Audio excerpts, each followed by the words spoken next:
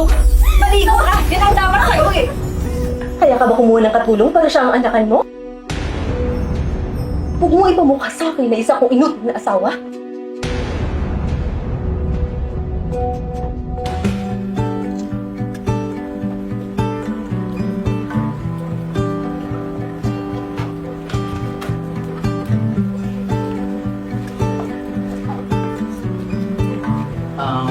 Yana, ito ang bahay namin. Maliit lang siya, pero maayos naman. Sige, mabuo ka muna.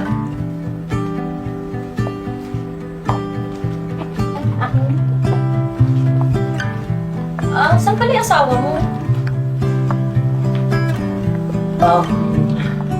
Maya-maya parating na rin. Nakabahan ako. Baka malata tayo ah. Ako bahala sa'yo. Relax ka lang. Okay?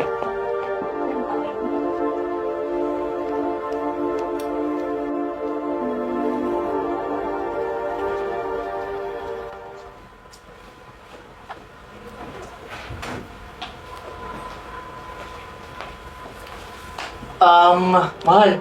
Si Yana nga pala. Binigay ng agency na magiging katulong natin. Okay. Sa wakas, may katuwang na din ako dito sa bahay.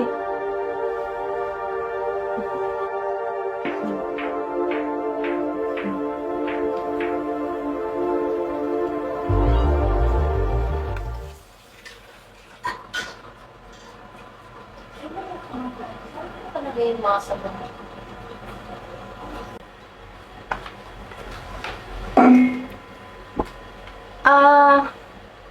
Ilang taon ka na pala, Yana? Ma'am, nandiyan po pala kayo. Nagluto po pala ako ng saging. Paborito niyo daw po, sabi ni Kuya. Ni Sir Mike. Namiss ko na ito eh. Paborito ko talaga. Lagi ko nagluto sa akin ng sir. Nga po pala ma'am, 25 po ako. Totoo? Akala ko 16 ka pa lang.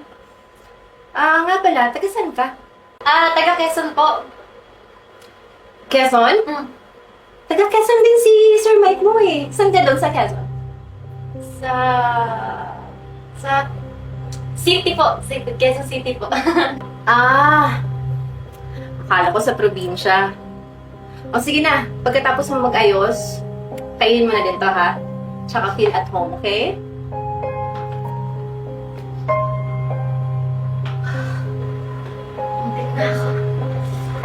Paguto na nga.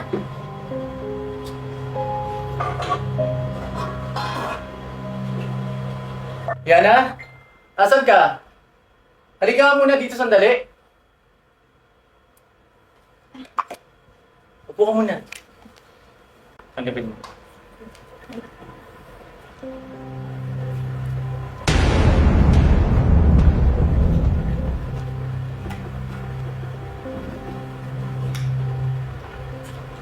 Mahal, pag ba nakakita ka ng mas maganda kaysa sa akin, mas bata, tapos nilalandi ka pa, magpapalit mo ba ako?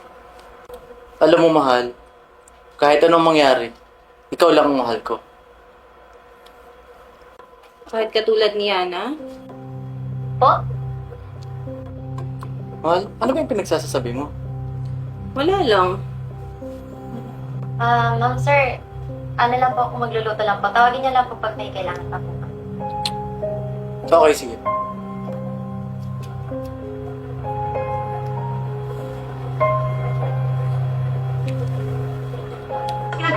Ingat kayo dyan! Masisira yung sasakyan eh. Papalam na ako. Sige na. Miss ko na kayo. Bye-bye. Love, nanay. I miss you.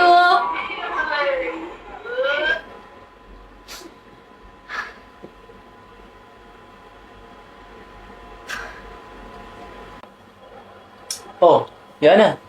Parang malungkot ka yata. Umiyak ka ba? Okay lang yan. Huwag kang mag-alala. Okay?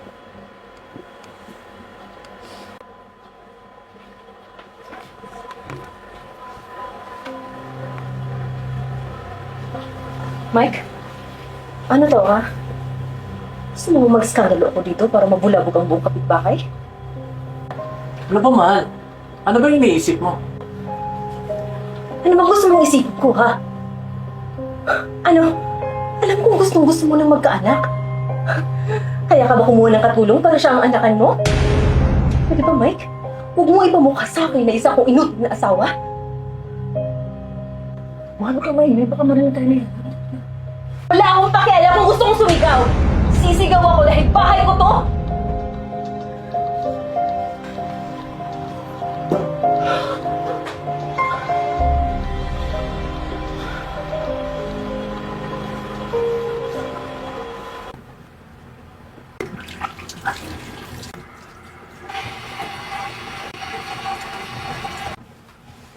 Yana? Marunong ka ba talagang maglaba? Bakit po, ate? Yung mga damit ko, mas mahal pa to kaysa sa sahod mo. Minansyahan mo lang. Tatanga-tanga ka. Ulitin mo yan.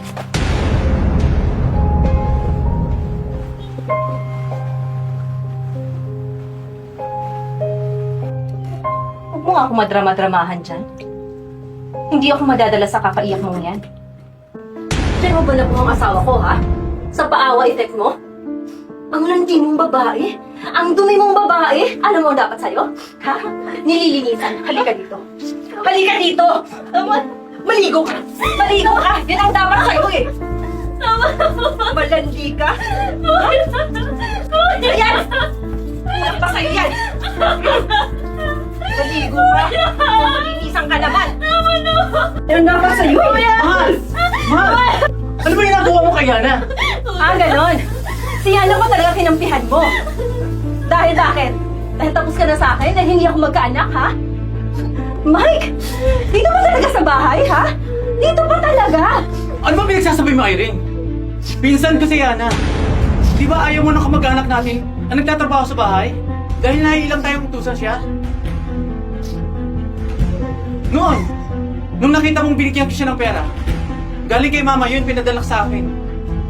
Para sa papa niya, para sa operasyon. Kaya nagpadala na kasi ng pera si mama sa akin. At ang sabi niya, bigay ko ito sa'yo. Padala mo sa probinsya, sa pamilya mo, para pampagamot ng papa. Okay? Tapos, nung nakita mo sa kusina na umiiyak siya, Kasi, kaya, baka pwedeng umuwi na po muna ako. Hindi siya. Hindi ko na po kasi kaya, miss na miss ko na po yung anak ko tsaka yung asawa ko eh. Yana, pwede bang konting tiis lang? Kahit ilang buwan lang muna hanggat hindi pa kami nakakahanap. Pero pag nakahanap na kami, sige, pwede ka nang umuwi ng probinsya. Kung gusto niya nang umuwi ng probinsya, ano bang namimiss niya na yung mga anak niya at asawa niya? Pero pinigilan ko siya. Dahil kailangan mo palang kasama dito sa bahay. Kailangan mo na may makatulong. Dahil ayaw kong nahihirapan ka, Irene. Alam mo ba yun? Naintindihan mo ba yun, Irene? Ate, ayoko naman sana pumasok bilang katulong eh. Kasi nakapagtapos naman po ako. Napilitan lang talaga ako kasi ang hirap ng buhay para sa pamilya ko. Gagawin ko naman po lahat kahit anong trabaho eh. Kahit ano gagawin ko. Pero yung maltratuhin niyo ako ng ganito, siguro yung po yung hindi ko makakatanggap. Alam mo po yung mas masakit pa doon. Kapamilya ko pa po.